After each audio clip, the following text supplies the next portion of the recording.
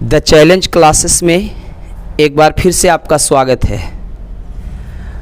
तो आज हम बच्चे इसके पिछले वाले वीडियो में हम चिन्ह परिपाटी को समझाए थे। इसके बाद हम यहाँ पर आवर्धन के बारे में पहले आवर्धन का डिफिनेशन जानेंगे, उसके बाद आवर्धन का जो फार्मूला होता है उसे ड्राइव करके भी दिखाएंगे, उसे कैसे निकाला जाता है, उसे कैसे प्रूफ किया जाता है। तो फिर पहले उसके लिए आपको इसकी परिभाषा समझना होगा कि आवर्धन किसे कहते हैं। आवर्धन को इंग्लिश में मैग्नीफिकेशन कहते हैं और इसे हम एम से सूचित करते हैं। तो आइए ज़रा हम इसे ज़रा देख लें कि आवर्धन कहते किसको है। तो देखिए बच्चों, यहाँ पर हम एक फिगर बना रखे हैं ताकि आपको आवर्धन का डिफिनेशन आसानी से समझा सके। जैसा कि आप मेरे पीछे बहुत सारे वीडियो पढ़ चुके वस्तु प्रतिबिंब का, तो आपको पता होगा कि ये भी एक वस्तु रखा हुआ है और ए डैश बी डैश ए प्रतिबिंब बन रहा है। ठीक है, तो आवर्धन किसे कहते हैं एग्जाम में अगर पूछता है 2 नंबर में 10वां क्लास के बिहार बोर्ड के विद्यार्थी के लिए, तो आप लिखेंगे कि आवर्धन किसे कहते हैं, व्हाट इज द मैग्निफिकेशन। तो आप बोलेंगे कि प्रतिबिंब की ऊंचाई, प्रतिबिंब की ऊंचाई से स्टार्ट करेंगे, वस्तु की ऊंचाई से नहीं। ठीक है, प्रतिबिंब की ऊंचाई और वस्तु की ऊंचाई के अनुपात को आवर्धन कहते हैं। अनुपात का मतलब क्या होता है, भाग देना। तो यहाँ पर हम फाइनली इसका डिफिनेशन लिख देते हैं कि आवर्धन किसे कहते हैं। तो हम क्या बोले, वस्तु से स्टार्ट नहीं करेंगे, प्रतिबिंब से स्टार्ट करेंगे, क्योंकि प्रतिबिंब ऊपर होता है और वस्तु नीचे होता है आवर्धन में। तो यहाँ पर हम लिखेंगे कि प्रतिबिंब की ऊंचाई, प्रतिबिंब की ऊंचाई तथा वस्तु की ऊंचाई, वस्तु की ऊंचाई के अनुपात को आवर्धन कहते हैं। आवर्धन कहते हैं, अंग्रेजी में से मैग्नीफिकेशन कहते हैं। इसे आवर्धन को एम से सूचित किया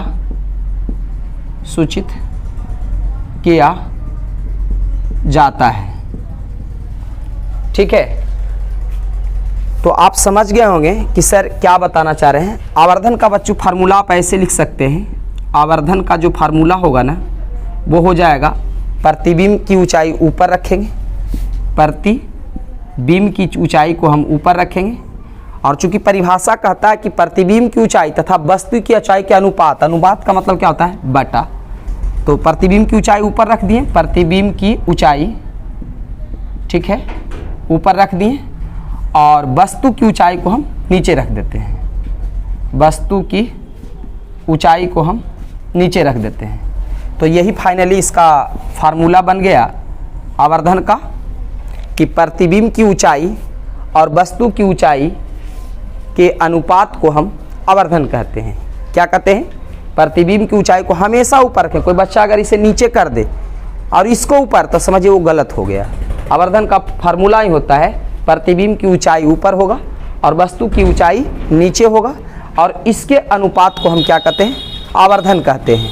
ठीक है, अब आप देख सकते हैं इसको हम इंग्लिश में ऐसे लिखते हैं, इंग्लिश में इस फार्मूला को ऐसे लिख सकते हैं, क्योंकि आवर्धन को एम से सूचित करते हैं, आवर्धन को एम से सूचित करते हैं, इसलिए हम आवर्धन को यहाँ पर आवर्धन को एम लिख सकते हैं।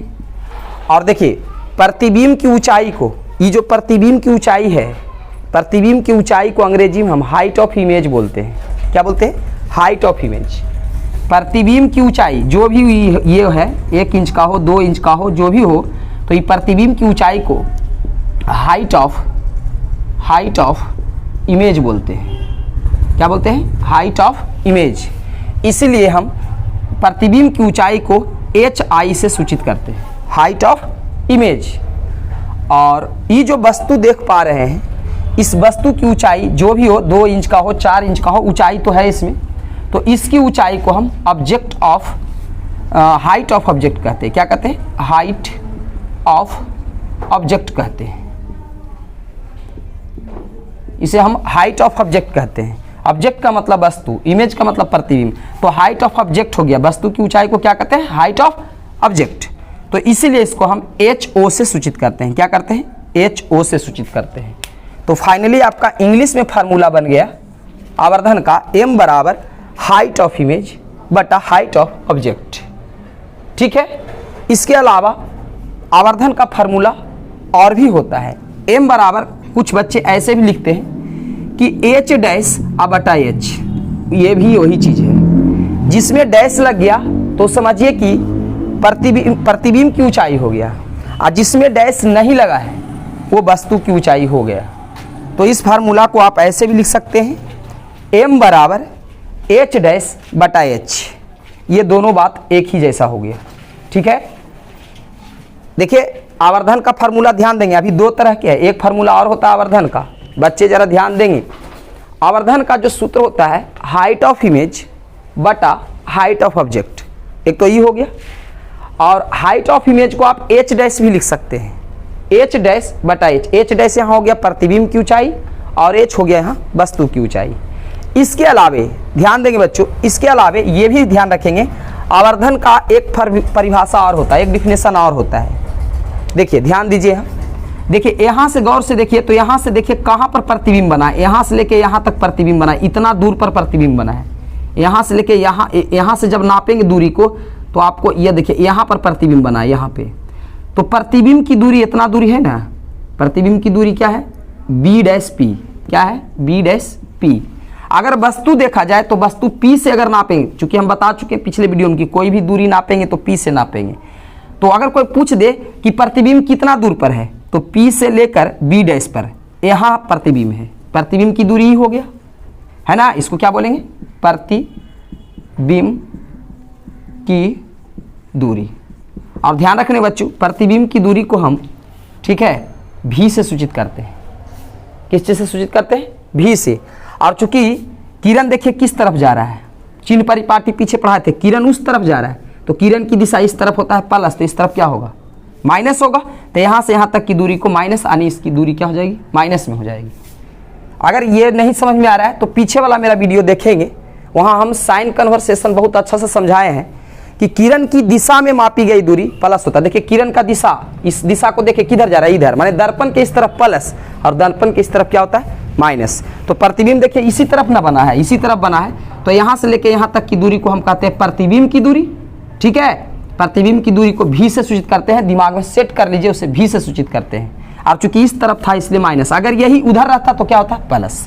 अब बात करते हैं वस्तु की दूरी कितना दूर पर है। देखिए यहाँ से ही वस्तु की दूरी नापेंगे, तो यहाँ से लेकर देखिए यहाँ वस्तु है, यह देखिए ये वस्तु है, तो वस्तु की दूरी क्या हो गया? BP।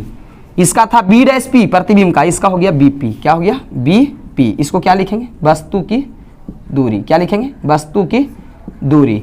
और वस्तु की दूरी को ध्यान रखेंगे बच्चों, U से सूचित किया जाता है। किससे सूचित किया जाता है? U से सूचित किया जाता है। ठीक है। तो ये हो गया।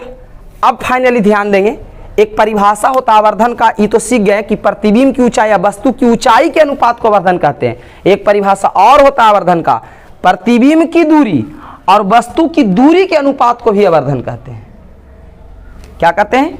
ये आपको कोई दोनों में से एक डिफिनेशन को एग्जाम में लिखना है। ज़्यादातर सारे बच्चे यही लिखते हैं, आप लोग भी यही लिखेंगे, लेकिन ये डिफिनेशन भी आप ध्यान रखेंगे। प्रतिबिंब की दूरी, ऊंचाई का बात नहीं कर रहे हैं, ये तो हो गया प्रतिबिंब की ऊंचाई। देखिए ऊंचाई यह था और वस्तु की ऊंचाई यह था, उसके अनुपात को क्या कहते हैं? आवर्धन कहते हैं। कहने का मतलब है कि अगर मान लेते हैं कि ये 2 इंच का है तो 2 ऊपर रखेंगे, और ये मान लेते हैं 3 इंच का है तो इसको हम नीचे रखेंगे। ये हो गया क्या? आवर्धन। इसको ऊपर नहीं करेंगे, हमेशा ऊपर किसको रखते हैं? प्रतिबिंब को। लेकिन ये डिफिनेशन आपको जो समझा रहे हैं इसको जरूर समझे। एक डिफिनेशन और होता है, ये तो ऊंचाई के अनुसार हो गया, एक दूरी के अनुसार होता है। तो दूरी के अनुसार कैसे होता है? प्रतिबिंब की दूरी और वस्तु की दूरी के अनुपात को भी आवर्धन कहते हैं। कट कर दीजिए, उसको भी हम आवर्धन कहते हैं। तो इसको इस तरह से हम ऐसे भी लिख सकते हैं, m बराबर, ठीक है, बस प्रतिबिंब की दूरी क्या है? प्रतिबिंब की दूरी माइनस भी है, यहाँ पर हम माइनस भी लिखेंगे। और वस्तु की दूरी क्या है? u है, तो उसको हम u लिखेंगे। यानी फाइनली देखिए आवर्धन का एक फार्मूला और निकल गया। तो आवर्धन को आप 3 तरीके से लिख सकते हैं। आवर्धन के लिए 3 तरीके का फार्मूला ध्यान रखेंगे। m बराबर हाइट ऑफ इमेज बटा हाइट ऑफ ऑब्जेक्ट। दूसरा फार्मूला आवर्धन का है h डैश बटा h। तीसरा आवर्धन का फार्मूला है माइनस v बटा u। और इसी फार्मूला को हम आगे चल के प्रूफ करके दिखाएंगे। ठीक है, तो आपको फाइनली समझ में आ गया आवर्धन किसे कहते हैं। प्रतिबिंब की ऊंचाई और वस्तु की ऊंचाई के अनुपात को आवर्धन कहते हैं। आवर्धन को m से सूचित किया जाता है। आवर्धन का फार्मूला इस तरह से लिख सकते हैं, प्रतिबिंब की ऊंचाई ऊपर और वस्तु की ऊंचाई नीचे। ठीक है, ये हो गया, ये हिंदी में हुआ। इसको हम अंग्रेजी में ऐसे लिखेंगे, आवर्धन को अंग्रेजी में m कहते हैं तो m हो गया। प्रतिबिंब की ऊंचाई को क्या कहते हैं, हाइट ऑफ इमेज। वस्तु की ऊंचाई को क्या कहते हैं, height of object. Height of image के जगह आप h डैश भी लिख सकते हैं, जिसमें डैश लग गया वो प्रतिबिंब बन गया, जिसमें डैश नहीं लगा वो वस्तु बन गया। तो h डैश बचा h डैश बटा h। और लास्ट फार्मूला जो हुआ आवर्धन का m बराबर माइनस v बटा u। ये आवर्धन का 3 सूत्र है। तीनों सूत्र एक ही है, आप ये लिखें एग्जाम में, ये लिखे, ये लिखे, लेकिन इनमें से बुक में ये वाला लिखा हुआ मिलता है। ठीक है, और तीनों फार्मूला एक ही है। ठीक है, आज के लिए इतना ही। ये मेरा आवर्धन का मैग्निफिकेशन काफ़ी VVI पॉइंट है जो बार बार एग्जाम में पूछे जाते हैं। ठीक है, और इस फिगर का इस्तेमाल सिर्फ हम समझाने के लिए किए थे। और इसके अगले वीडियो में इसी फार्मूला को m बराबर माइनस v बटा u होता कैसे है, इसको डेराइव करके दिखाएंगे, निकाल के दिखाएंगे, प्रूफ करके दिखाएंगे। तब तक के लिए नमस्कार, जय हिंद, जय भारत।